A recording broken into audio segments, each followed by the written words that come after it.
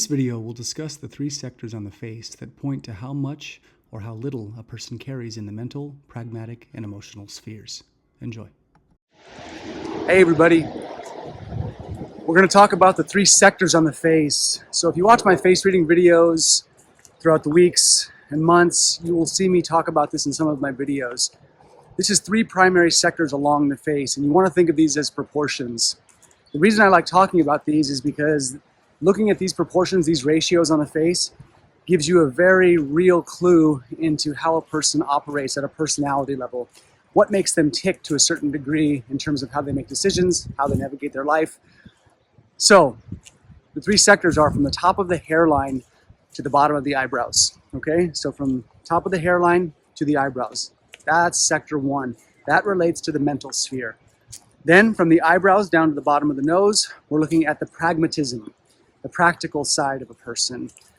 And then from the nose down to the bottom of the chin, that is the emotional and instinctual part of a person. So the way to think about this is when you look at a person from their frontal position or from profile, and you see that one of these areas is larger than the others. Maybe they have a very tall mental sphere, a mild or small pragmatic sphere, and then a fairly large emotional and instinctual sphere.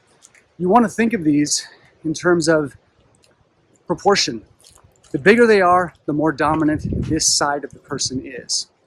So, if a person has a very long forehead, we're looking at usually a large mental sphere. They think about things, they really ponder and ruminate in their head before they decide something. Some people, that proportion might be a bit smaller, and maybe the middle sector of their face is very large, which means they're very practical, and if it's not practical, they won't do it.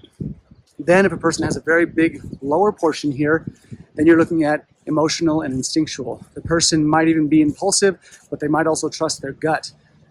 Now, if a person has all three that are equal, and I know some people like this can be problematic because this means all three of the sectors are firing at the same time, which means they have trouble making a decision because they have their mental sphere, their practical sphere, and their emotional and instinctual sphere all running at the same time.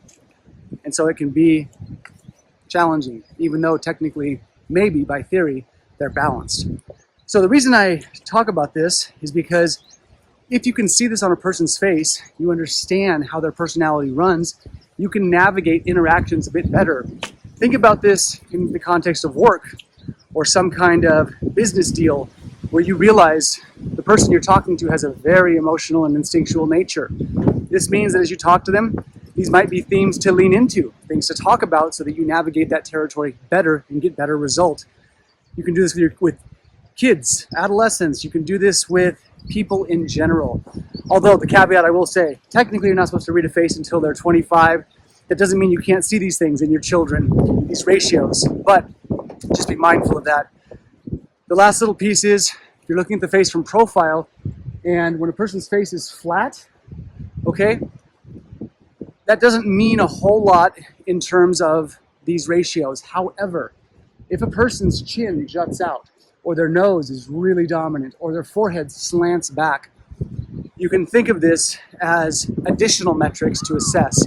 The more prominent and protruding these sectors are from profile, the more dominant they become. So if a person has a very long emotional and instinctual nature this way, and then from the side their chin juts out, amplify those metrics up. Okay, if a person has a large practical sphere, but the nose comes out a lot, that metric is going to be amplified even more. But if a person has a very small ratio in the practical sphere this way, but a very large nose, you have to kind of average things out. And again, the way to think about all of this stuff is you have to be talking to a person face to face ideally, because you're not just reading these single metrics. These are things that have to be averaged out in relation to everything else in face reading. And that's what makes face reading difficult sometimes, is that you have to take all of these features, average them out, blend them, and you're dancing on your toes a little bit as you're talking to somebody because you're weighing all of these things. So for the people that can track multiple metrics at once, synergize and intuit, face reading is going to be a bit easier for you. But again, don't overcomplicate it. Look at these ratios. Look at from the front, first and foremost, consider those metrics, the height of these proportions, and then from profile, you can see an extra layer if features protrude from those respective sectors. All right, y'all. Take care.